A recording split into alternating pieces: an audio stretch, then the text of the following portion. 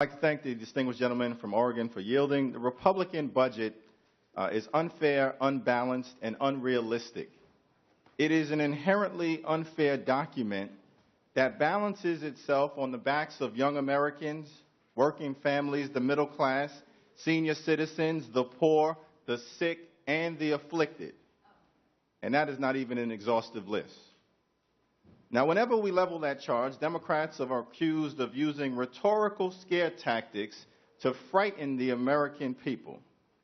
It's a cute response, but even a cursory analysis of the Republican budget reveals that it is a house of horrors. House Republicans previously led the charge in cutting $8 billion in nutritional assistance for hungry Americans. Apparently, that cut was not harsh enough.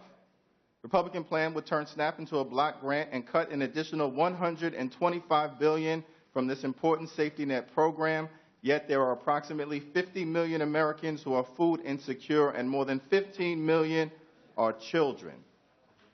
These Americans will be devastated. That's not rhetoric, that's reality. The proposed budget would cut higher education funding by $191 billion, putting college out of reach for millions of students.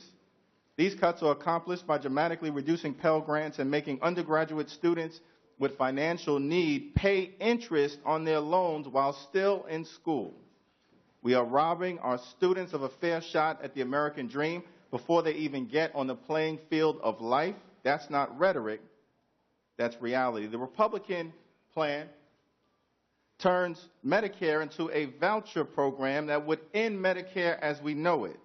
Seniors will be required to pay substantially more for preventative health services and prescription drugs.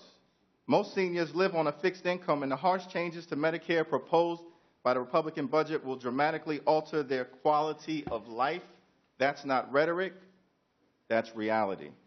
The Democratic plan is fair and it's balanced. The Republican plan balances itself on the backs of the most vulnerable in our society. Instead of creating progress for the many, it promotes prosperity for the few, and for these reasons, it should be rejected. I yield back.